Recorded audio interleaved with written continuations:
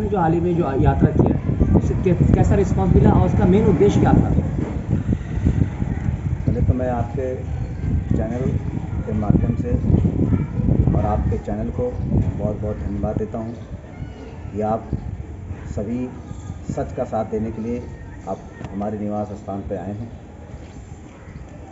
मैं अवधेश यादव, राष्ट्रीय अध्यक्ष विश्व यादव परिषद।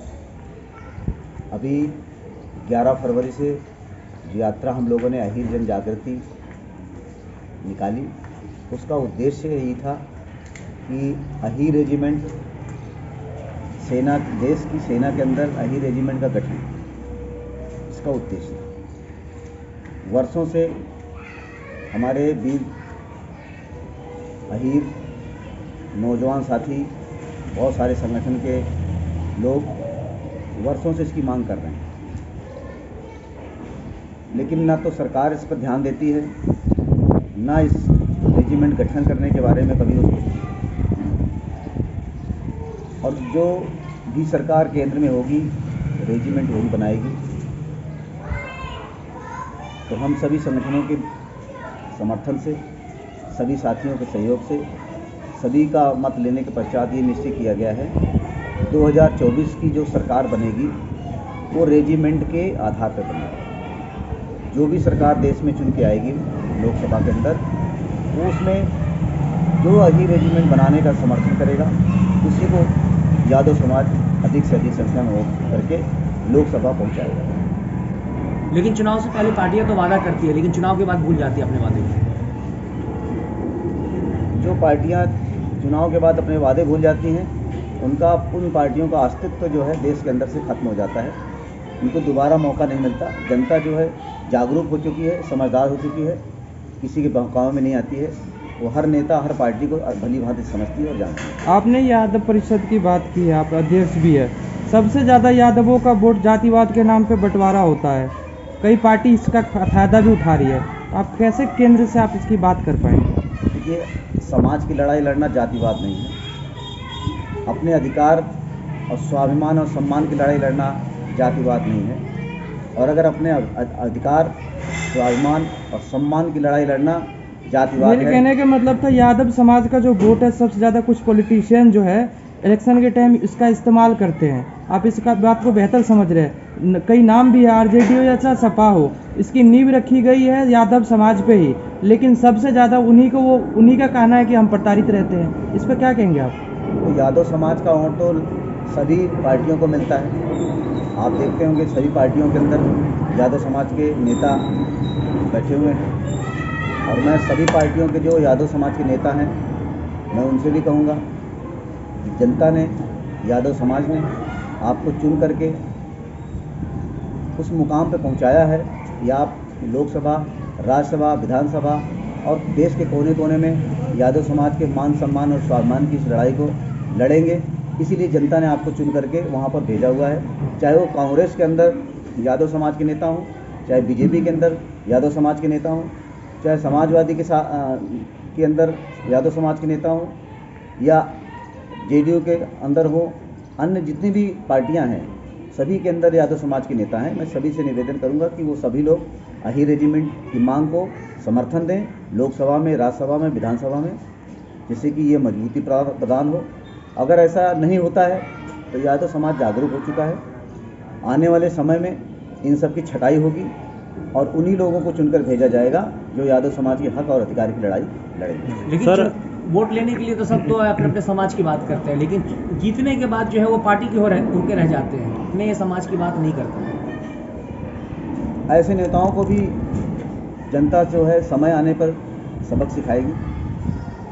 सर, जो आपने यात्रा निकाली है अभी, वो उससे तो कई लोग जागरूक भी हुए हैं और कुछ ना कुछ आगे का सोचा भी होगा, तो आगे की रणनीति क्या रहेगी आपकी? अभी हम सभी लोगों ने राजघाट 11 फरवरी को यात्रा निकाली थी। राष्ट्रपिता महात्मा गांधी जी को नमन करते हुए, किसान पुत्र चौधरी चरण सिंह जी को नमन करके नोएडा, गाजियाबाद, दादरी, सिकंदराबाद, बुलंदशहर, अलीगढ़, एटा, हाथरस, फिरोजाबाद, सिकोहाबाद, इटावा पहुँच करके सैफई में धरती पुत्र मुलायम सिंह जी के समाधि स्थल पर नमन किया गया और शपथ ली गई कि हम शांति से अपना अधिकार और स्वाभिमान की लड़ाई, अपना हक मांग रहे हैं। अगर शांति से नहीं मिला तो हम क्रांति से भी लेना जानते हैं। इस यात्रा का यही उद्देश्य है कि 2024 से पहले अधिक से अधिक संख्या में अही रेजिमेंट समर्थन करने वाले, अही रेजिमेंट बनाने के लिए संसद में चुन करके भेजने के लिए हम सभी लोगों ने जागरूक यात्रा निकाली।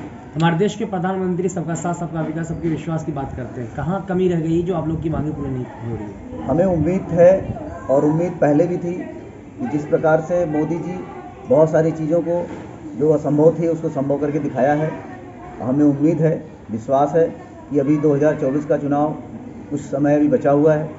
माननीय प्रधानमंत्री जी इन बातों पर अमल करेंगे और जल्द से जल्द अही रेजिमेंट के मान सम्मान और स्वाभिमान की इस लड़ाई को बना करके और अहीरों के स्वाभिमान और सम्मान उनको वापस लौटाएंगे। आप समाज की लड़ाई लड़ रहे हैं अपने भाइयों के लिए। यादव समाज के कितने ऐसे नेता हैं जो आपके साथ खड़े हुए इस चीज़ में? हमने जो यात्रा की थी उसमें जितने भी हम जिलों में गए थे, जितने विधानसभा में गए थे, जितने गांव में गए थे, हमें एक एक का जो प्यार मिला, जो आशीर्वाद मिला, वो प्यार आशीर्वाद शब्दों के माध्यम से नहीं बताया जा सकता है। इस बात से ये सिद्ध होता है पूरा यादव समाज आज एक है, संगठित है और अपने अधिकार के लिए लड़ने के लिए कुछ तैयार है। नेतृत्व का नाम बताना चाहेंगे जो कि इसके लिए सहयोग के रूप में आपके साथ खड़े रहे? अभी जितने भी यादव समाज है उसमें सभी लोगों का सहयोग है और सभी लोग एकजुट होकर के लड़ाई लड़ रहे हैं। नहीं, ऐसे कोई नेतृत्व जो चुन के गए हो यादव समाज के, वो आपके साथ खड़े हुए इस अभियान में?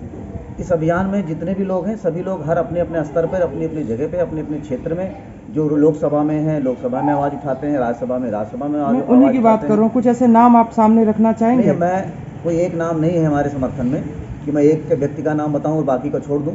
इसलिए मेरे सामने जितने भी यादव समाज के नेता हैं और जितने भी यादव समाज में संगठन है, सभी का समर्थन प्राप्त है, सब हमें एक साथ हैं। बिल्कुल, आपने उचित कहा। यादव समाज का बहुत बड़ी संख्या में योगदान है और वोट का भी बहुत बड़ा योगदान रहता है। तो उम्मीद है कि 24 से पहले फैसला होगा आपके पक्ष में, इलेक्शन से पहले। मुझे मोदी जी पे अभी भरोसा है, अगर वो अही रेजिमेंट बना देते हैं तो यादव समाज उनका फूलों मालाओं से स्वागत करेगा और अगर रेजिमेंट वो नहीं बनाते हैं तो 2024 में यादव समाज बहिष्कार भी करेगा।